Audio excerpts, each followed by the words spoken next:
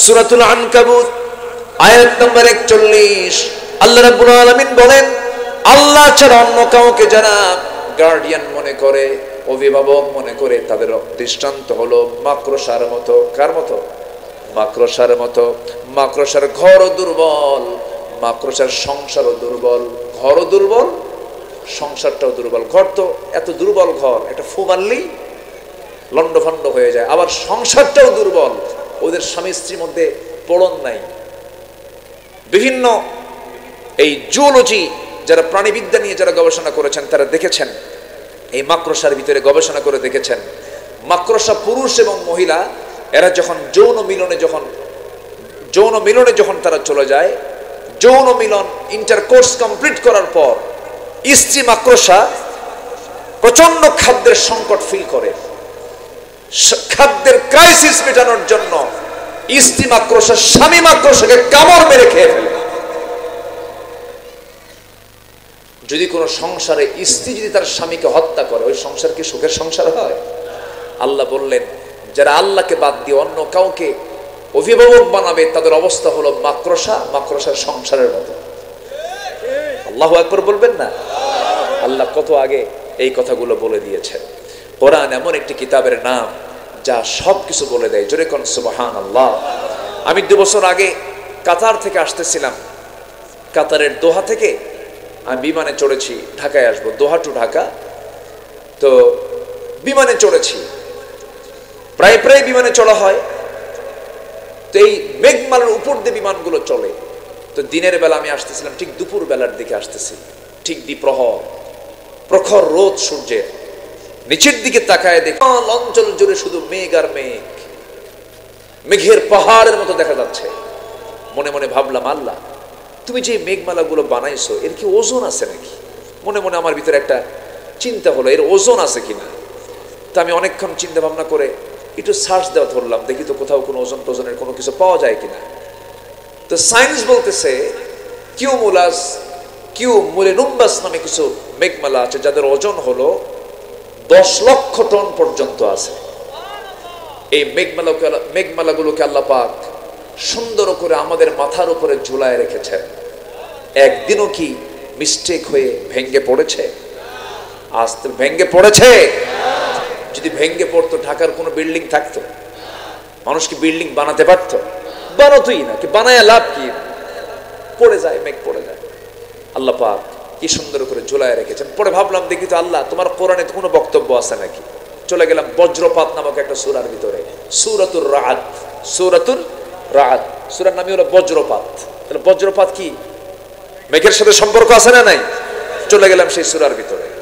আল্লাহ রাব্বুল আলামিন সুন্দর করে বলছেন, হুয়াল্লাযী ইউরিকুমুল বারকা খাওফান ওয়া তামআন ওয়া ইউশিস সাহাবাস সিকাল। জোরে বলুন আল্লাহু আকবার। আল্লাহ সেই আল্লাহ যিনি তোমাদের মাথার উপরে মেঘমালাগুলোকে ওজন করে রেখে দিয়েছেন। জোরে বলেন সুবহানাল্লাহ। মেঘের যে ওজন আছে, আল্লাহ পাক ১৫০০ বছর আগে তা জানায় দিয়েছেন। আকাশে মেঘ হয়, বৃষ্টি হয়। মানুষ বহুদিন ধরে শতাব্দীর পর শতাব্দী স্টাডি করেছে, কিছু বের করতে পারেনি। 19-20 শতকের শেষে এসে কিছু স্টাডি করে অনেক রহস্য তারা বের করেছে। মেটেরোলজিক্যাল সায়েন্স অ্যান্ড কোরআন, আবহাওয়া বিজ্ঞান নিয়ে আজকের বিজ্ঞান যে তথ্য দিয়েছে, সেই তথ্য দেওয়ার ১৫০০ বছর আগে সেই একই তথ্য কোরআন দিয়ে দিয়েছে। জোরে বলি সুবহানাল্লাহ। সম্মানিত ভাইয়েরা, বৃষ্টির জন্য প্রথমে বায়ুর প্রবাহ, এরপর মেঘের স্তূপীকরণ, এবং সেই ঘনীভবন থেকেই বৃষ্টির মূল রহস্য উন্মোচিত হয়। ঠিক বিজ্ঞান যা বলেছে, কোরআন সেম একই কথাই বলে দিয়েছে। সূরা রুমের 48 নম্বর আয়াত আল্লাহ রাব্বুল আলামিন কি সুন্দর করে বলছেন, দেখুন, আল্লাহুল্লাযী ইউরসিলুর রিয়াহা ফাতুসিরু সাহাবান ফায়াবসুতুহু ফিস সামাই কাইফা ইয়াশা ওয়া ইয়াজআলুহু কিসাফান ফাতারাল ওয়াদাক ইয়াখরুজু মিন খিলালিহি ফাইদা আসাবা বিহি মান ইয়াশা